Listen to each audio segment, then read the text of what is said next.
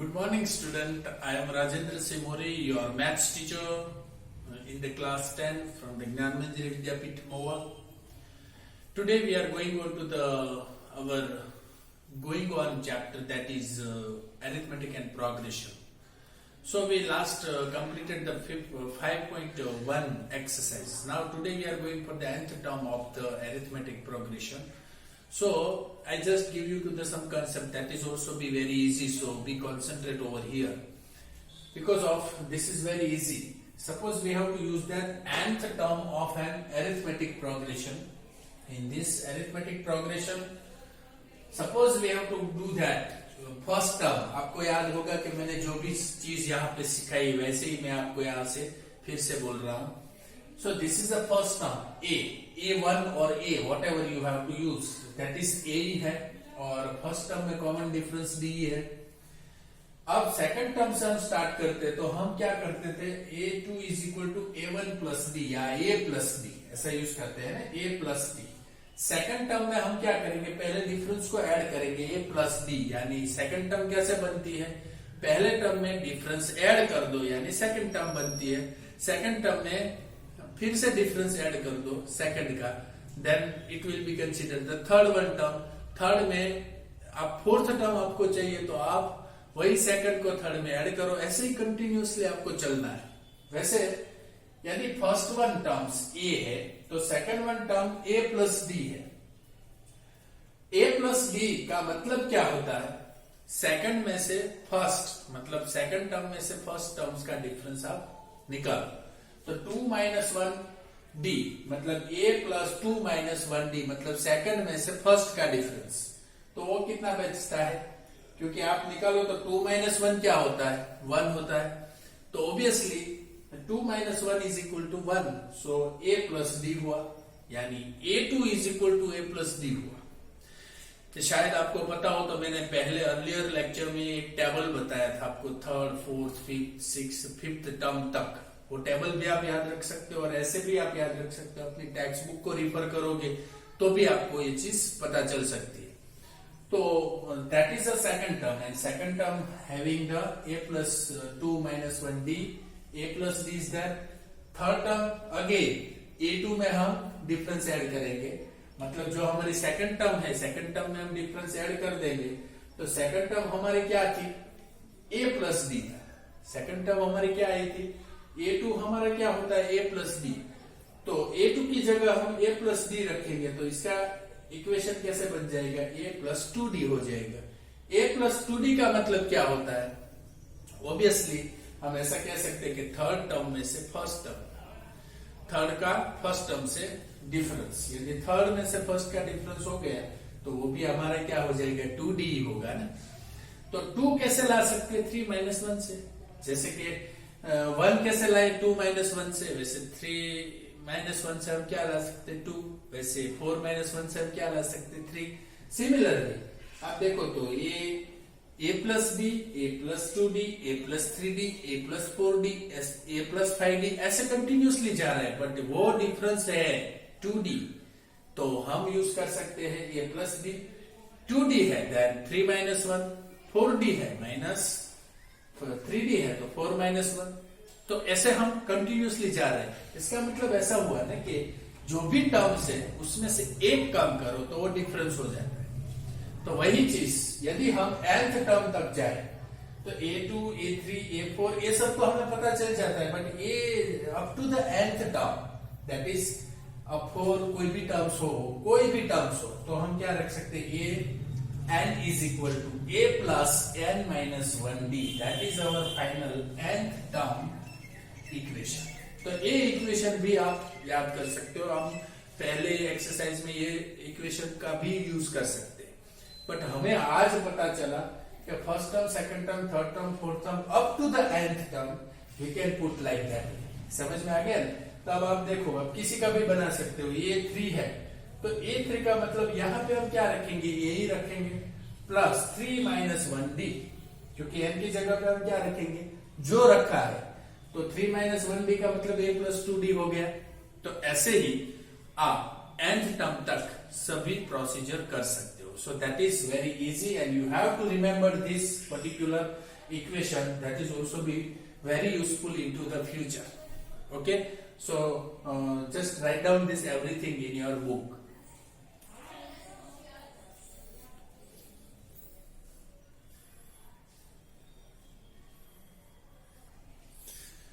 So let us move on to the nth term related questions, and this nth term related questions is also be very easy. For example, here consider that one example is that find the 10th term of the arithmetic progression 2, 7, 12 dot dot dot. मतलब we have to find out the 10th term. इसी arithmetic progression की हमें 10th term find करनी है. How can we find out? So whatever the fundamentals here given that we put, first term is there, we know that is denoted with a. So a is equal to कितना हुआ 2, क्योंकि इस पूरी arithmetic progression की first term कौन है 2. So we have to put a is equal to 2. Difference हम कैसे करते थे आपको याद होगा, सेकंड टर्म में से फर्स्ट टर्म को हम सब्ट्रैक्ट करेंगे. यहाँ पे बताया गया है कि this particular sequence is into the arithmetic progression. That's why we have to just follow between 1 and 2 terms. First and second term का ही डिफरेंस हम लिखे तो भी चलेगा, बिकॉज ऑफ ये पूरा एरिथमेटिक प्रोग्रेशन में ही है, तो इसका कॉमन डिफरेंस है वो कॉमन ही होगा. यदि ये डिफरेंस कॉमन नहीं है तो ये एरिथमेटिक प्रोग्रेशन ही नहीं होता. बट यहाँ पे आपको बताया गया है, that's why we put difference. Difference कितना है, सेकंड टर्म में से फर्स्ट टर्म को सब्ट्रैक्ट करो, कितना मिलता है 5. And most important question is that n कितनी टर्म्स आपको फाइंड करनी है 10. So just we have to put it n is equal to 10. अब हमारे पास ये सब आ गया. अब हम यूज कर सकते हैं इक्वेशन जो अभी हमने देखा है, a n is equal to a plus n minus 1d, जो अभी हमने nth टर्म का इक्वेशन अभी निकाला. तो all the value we put in this. So how many terms you have to find? 10. So n के प्लेस पे आप क्या लिखेंगे 10. a is your 2, क्योंकि a फर्स्ट टर्म कौन सा है 2 है. n कितना है आपका 10 minus 1. डिफरेंस कितना है आपका, d is equal to 5 है. So we have to put 5. So equal के नीचे इक्वल रखेंगे, 10 minus 1 यानी 9. 9 into 5 कितना होता है 2 plus 9 into 5 45. Then this is a 47. So 10th term of this arithmetic progression is 47. So this is your answer. इसमें और कुछ करना ही नहीं है, just you have to find out the nth term. जितने भी टर्म्स आप 10 लिखो, 11 लिखो, 15 लिखो, 100 लिखो, 1000 लिखो, कुछ भी लिखो, क्योंकि आपको पता है अरिथमेटिक प्रोग्रेशन की सीक्वेंस जो होती है वो इनफाइनाइट होती है.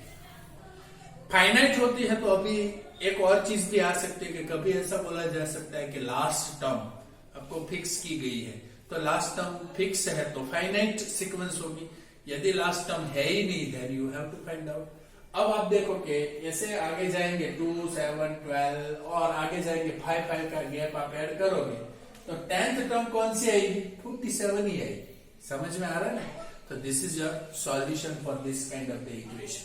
So just check it out, this equation, and you have to also write down and practice, more practice on these kinds of the question. Okay, take your time.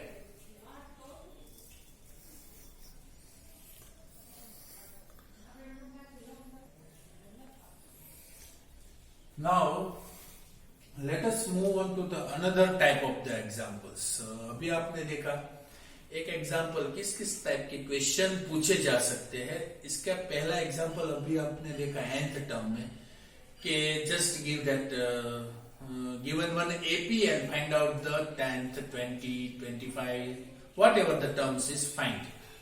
So that kind of the question already we solved. Now second one kind of the examples like that way. ऐसा भी एक example आ सकता है कि आपको ऐसा बोला गया हो, which term of an AP 21, 18, 15 dot dot dot, here not ending is there, and here given that is minus 81. मतलब कौन सी टर्म minus 81 है, मतलब आपको n फाइंड करना है. समझ में आ गया. Here given one AP is 21, 18, 15 dot dot dot is minus 81.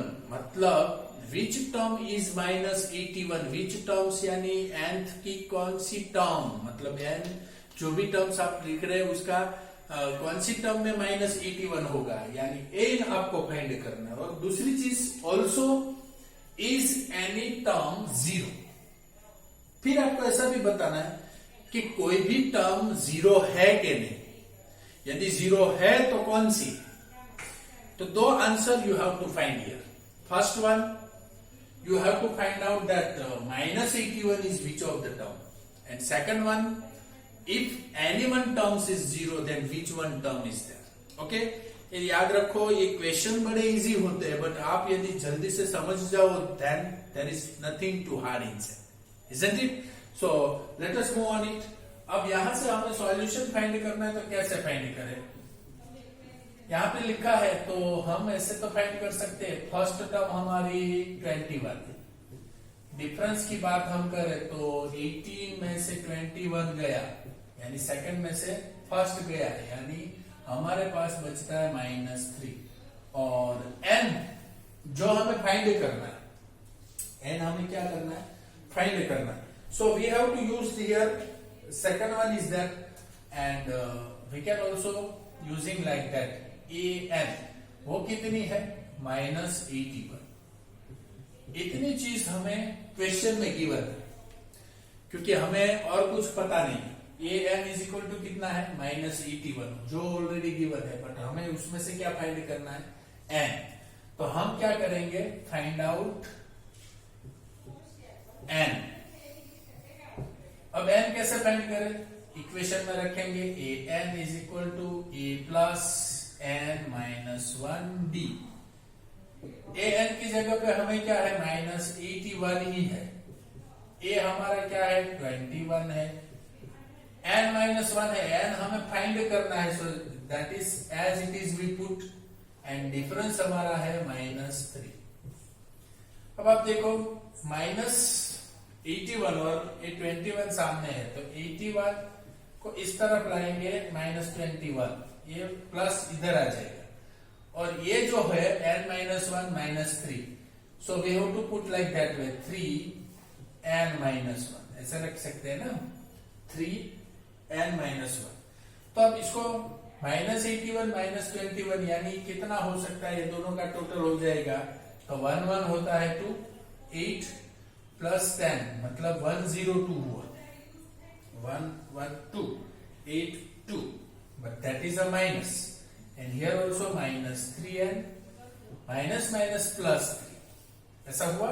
इसका सिंप्लीफिकेशन किया मैंने, -3n माइनस ये 3 का 1 के साथ, यानी माइनस प्लस 3। सो ये हो गया आपका एक टाइप का इक्वेशन। अब आप आगे बढ़ते हैं, क्या करेंगे इसके बाद, यहाँ पे माइनस, यहाँ पे +3 है, सो इसको भी आप उस साइड ले सकते हैं, -102, ये 3 को उस साइड ले जाएंगे तो वो माइनस हो जाएगा, then it will be covered here the -3 है। सो -102 -3 मतलब -105 -3n। अब दोनों साइड माइनस है तो माइनस निकल सकता है, so we have to cut this minus both side, 105, ये 3 मल्टीप्लीकेशन में है तो डिवीजन में आएगा, सो n इज इक्वल टू 105 को 3 से डिवाइड करो, यानी क्या होता है, 3 3 9 एंड 3 5, सो आपको n इज इक्वल टू 35 मिला, यानी आपका आंसर ये हुआ कि यही प्रोग्रेशन में आप आगे जाएंगे तो 35th टर्म वो कौन सी होगी, -81 होगी। समझ में आ गया?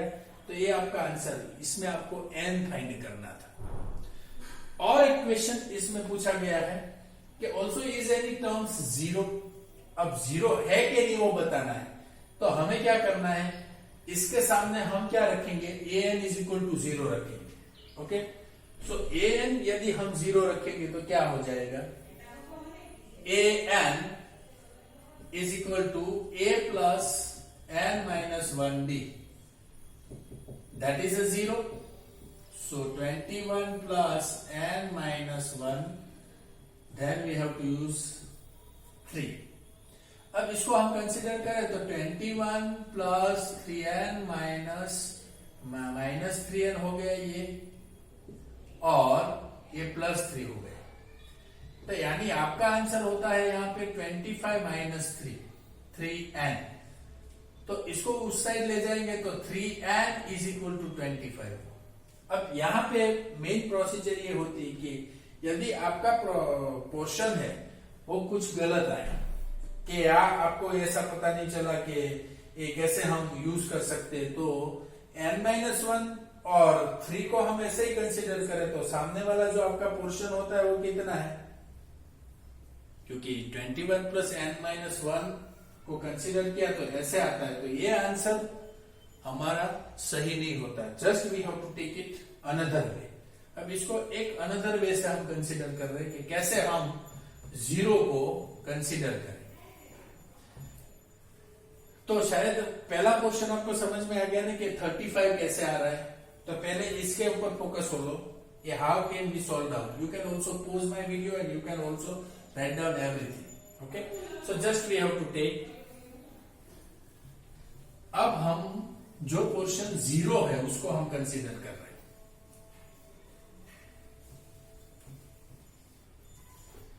Just we have to take 21, जो हमारा पोर्शन था 21 n-1, then -3 is equal to 0. ऐसा ही था ना. अब इसको कंसीडर करें हम तो ये जो है उसको हम यूज कर लेते हैं 21 प्लस n-1 -3 इज देयर.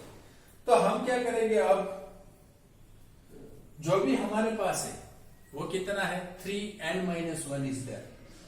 अब इसको हम कंसिडर करें तो -3 है, उसको इसके साथ मल्टीप्लाई करें और ये 21 है उस साइड पे हम ले जाएंगे, तो इस साइड क्या बचेगा n-1 -3 और ये -21 इधर आ जाएगा. अब हम देखते हैं कि n-1 है उसको -3 से आप मल्टीप्लाई कर रहे हैं तो -3n प्लस 3 ये हुआ और ये -21 है.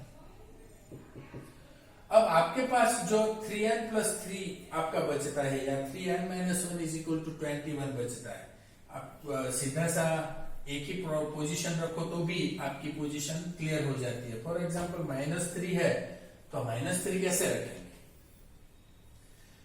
n-1 -3 इज इक्वल टू -21 है तो -21 को हम कंसीडर करें या +21 को कंसीडर, क्योंकि यदि यही चीज को हम यूज करेंगे तो that is not give us to the answer. So what to do about it, just think over it.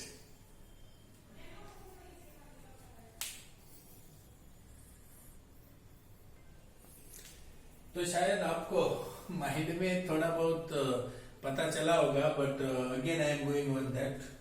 Main problem is sir ये -3 को उधर ले जाना है कि क्या करना है, कुछ पता नहीं चल रहा है. देखो -3 है that is into the multiplication और -21 इज देयर. तो हम ऐसा कह सकते हैं कि ये माइनस माइनस तो दोनों साइड है तो माइनस को हम कंसीडर नहीं करेंगे, बट ये 3 है वो मल्टीप्लीकेशन में है तो यहाँ पे जाएगा तो क्या करेंगे n-1 एज इट इज लिखेंगे और ये 3 जो मल्टीप्लीकेशन में हो 21 के डिवीजन में जाएगा 3.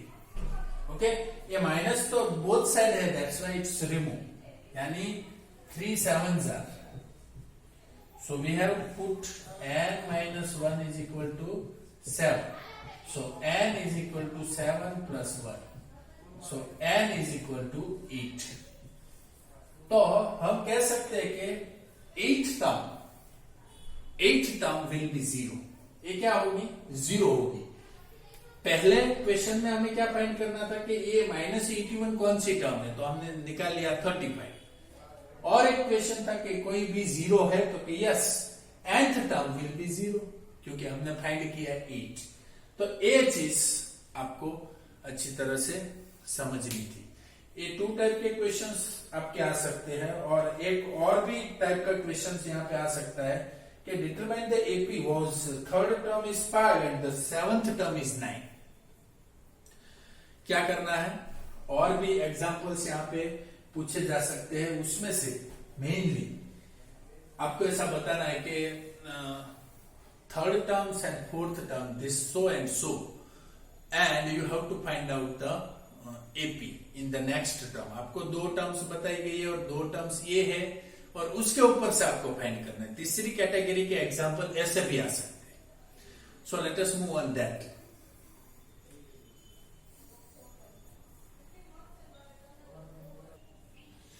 तो इसी टाइप की भी क्वेश्चन आ सकते हैं कि determine that you have to find out the arithmetic progression sequence. Suppose it given like an AP, you have to determine that third term is 5 and the seventh term is 9. So you have to determine कि आपको इसकी first terms और difference दोनों निकालने हैं. कैसे करेंगे हम? तो पहले मुझे पता है कि A3 में मुझे थर्ड टर्म बताई गई है और सेवंथ टर्म बताई, तो मैं ऐसा इक्वेशन तो हम लिख ही सकते हैं. A3 is equal to A plus n minus 1 is D. So we can put here third term. तो हमारे पास A तो है नहीं, तो A ऐसे ही लिखेंगे. n हमारे पास है वो 3 है, minus 1 D. D हमारे पास नहीं, तो इसका हम क्या यूज करेंगे? A plus 2D होगा. A plus 2D. अब A plus 2D है कितना? 5. तो हम ऐसा लिख सकते हैं कि A plus 2D is equal to 5. A plus 2D is equal to 5. और नीचे वाला अब देखो तो A7 है. A7 हमारा क्या है? 9 है.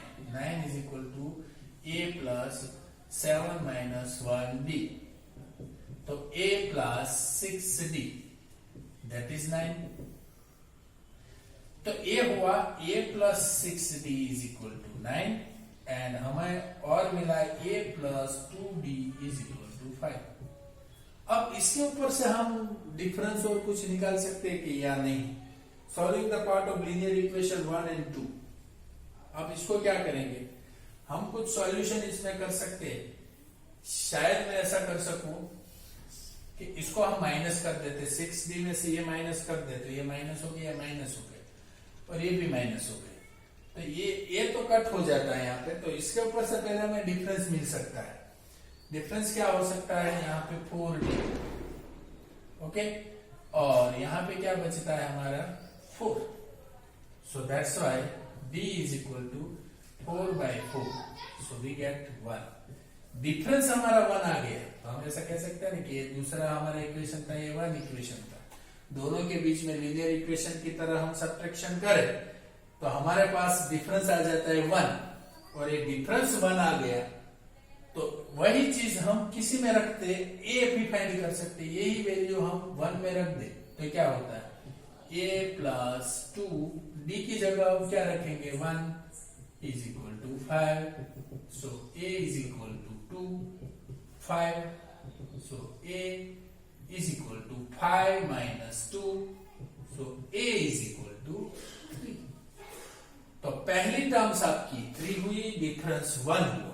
तो आपकी एपी कैसे बनेगी? 3, 4 क्योंकि डिफरेंस 1 ही है, 5, 6, 7, 8, 9. अब आप देखो first term, first, second, third. अब देखो थर्ड टर्म 5 आ गई.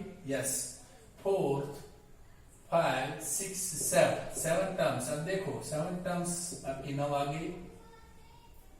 तो इसका मतलब ये हुआ डिफरेंस 1 आया, A इज इक्वल टू 3 आया. इस टाइप के क्वेश्चन भी आ सकते हैं. तो कुछ भी हो सकता है और किसी भी क्वेश्चन आप सॉल्व कर सकते हो. That is nothing too hard in set. Okay, और एक क्वेश्चन मैं आपको बताना चाहता हूं, शायद हमें इस लेक्चर्स के दौरान कुछ टाइम मिले तो. So just we have to take it out into the next part.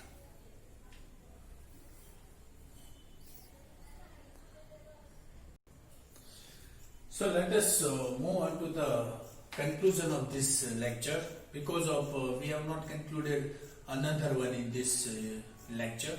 So we will discuss next of the examples in the next lecture. But today you have to work on to the homework. तो अब हम homework की बात पे आते हैं. आज का होमवर्क क्या है? So you have to solve out exercise 5.1 का क्वेश्चन नंबर 1 and 2. आज जो भी एग्जाम्पल्स हमने सॉल्व किए वो पहले 2 क्वेश्चंस का है. समझ में आ गया? क्वेश्चन नंबर 1 के कितने रोमन है? 5 रोमन है. ये सब में कहीं आपको डिफरेंस फाइंड करना. एक टेबल दिया गया है, उस टेबल में सभी वैल्यू पुट है. ए की वैल्यू है, डी की वैल्यू है, ए एन की वैल्यू है और कहीं एन की भी वैल्यू है.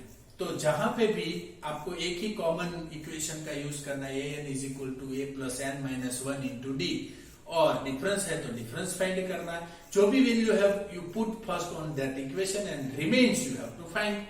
तो पहला question that is related from that table and all 5 romans you have to conclude in today's homework. And question number 2 के 2 ए एंड बी, ये भी आपको आज सॉल्व करना है. समझ में आ गया? तो टोटल 7 क्वेश्चंस आज मैं होमवर्क में दे रहा हूं.